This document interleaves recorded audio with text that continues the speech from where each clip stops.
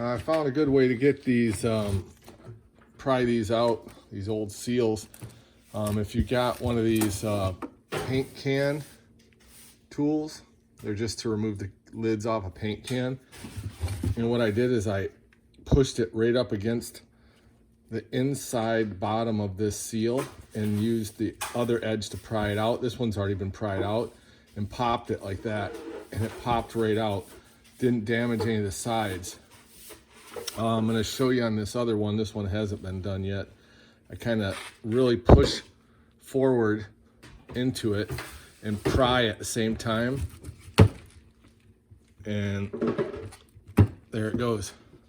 So that's a great way to pry these out. I've heard of other people having a lot of problems and using screwdrivers, but just a paint can tool will remove the seals in these actuators. This one happens to be off a 2003 Toyota 4Runner V8 with the two rods that are in it. I bought this seal kit here. This was just from Amazon. I'll leave a link below.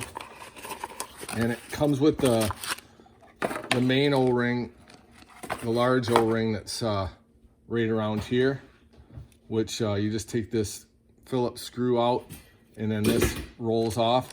And then it comes with the two new springs. The thing that you got to watch for is inside these seals is a spring. They look like this. These are the ones that fell out of my old ones. And the old ones are pretty trashed because I didn't take my time sliding this in properly. But these new seals, if you look close, you'll see, don't know if you can see them or not, but there's a spring in there that keeps the pressure against the rod. So these just have to be pressed in, and there's plenty of videos on that, but there's not a whole lot of videos showing how to get these out. So get yourself a paint can lid removal tool and just push it right up against that edge and pop up. Works great.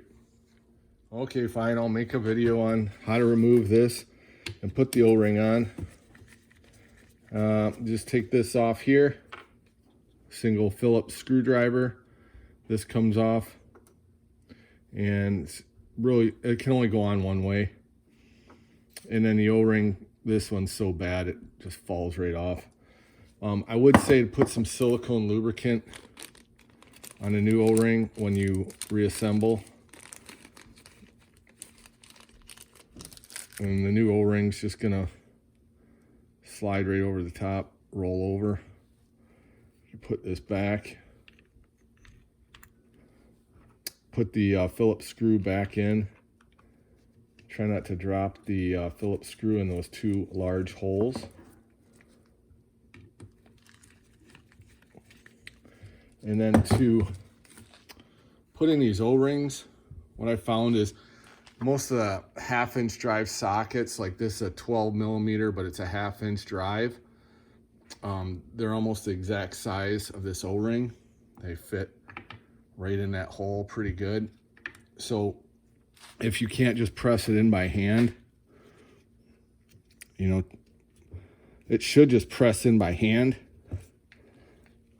It should be simple, but if you feel like it's not all the way in, you can always take this socket, set it on there, and just tap it in so it all goes in evenly.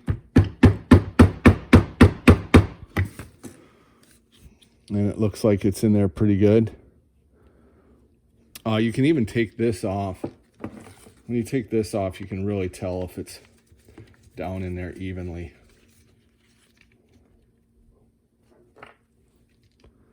Yeah, like this side over here is up still. So let me put this over here a little bit.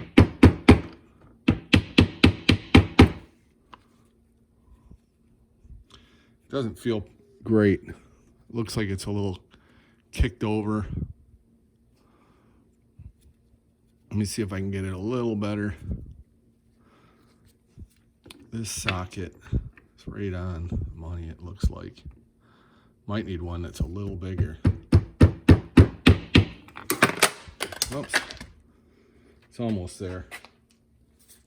All right, let me try a different socket here. This is a 17 millimeter, and it's like exactly the size of that hole. I'm just going to pry this out real quick. This other one, it just doesn't look like it's in there right. Just going to use my paint can removal tool. And it pops right out really easily. Just using some of the oil that's, some of the gear lube, but you can use silicone grease. And trying to put it back in here again. And this socket, like I said, is 17 millimeter. Let me see if I can get it to seat in there a little better.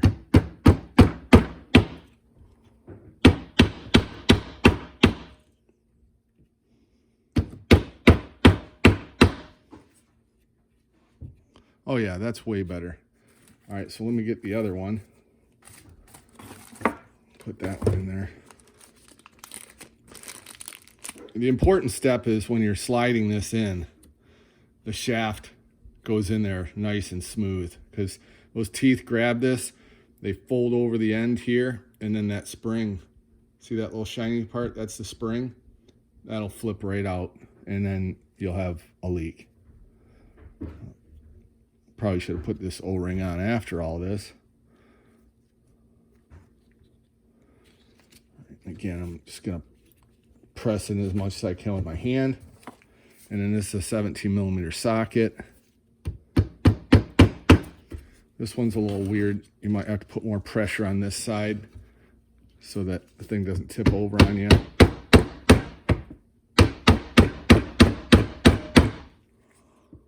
Oh yeah, that feels pretty good.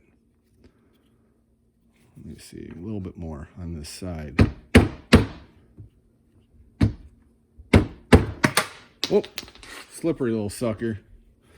All right, that looks pretty good.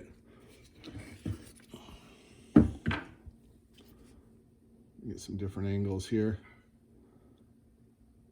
And like I said, you really want to be careful when you slide this in. Make sure those O-rings don't get spun on you and twist, because they'll tear up. And then that's where the oil leaks are going to come from there. They're not going to come from this O-ring.